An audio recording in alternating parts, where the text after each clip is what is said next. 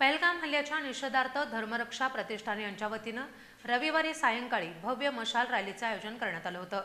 शिवाजी चौक ते बिंदू चौक या मार्गावर काढण्यात आलेल्या या रॅलीनं पाकिस्तान विरोधात जोरदार घोषणाबाजी करत परिसर दणाणून सोडला।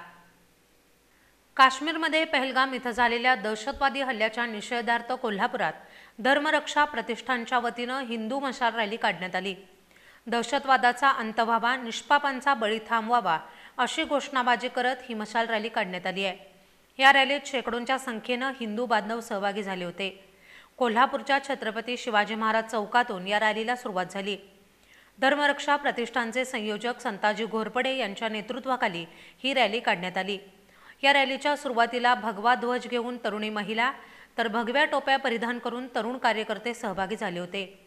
यावेळी पाकिस्तान विरोधात जोरदार घोषणाबाजी करण्यात आली।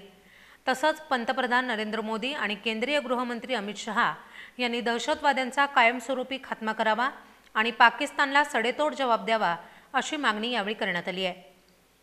यावेळी मशाल रॅलीच्या पार्श्वभूमीवर कडेकोट पोलीस बंदोबस्त तैनात करण्यात आला होता।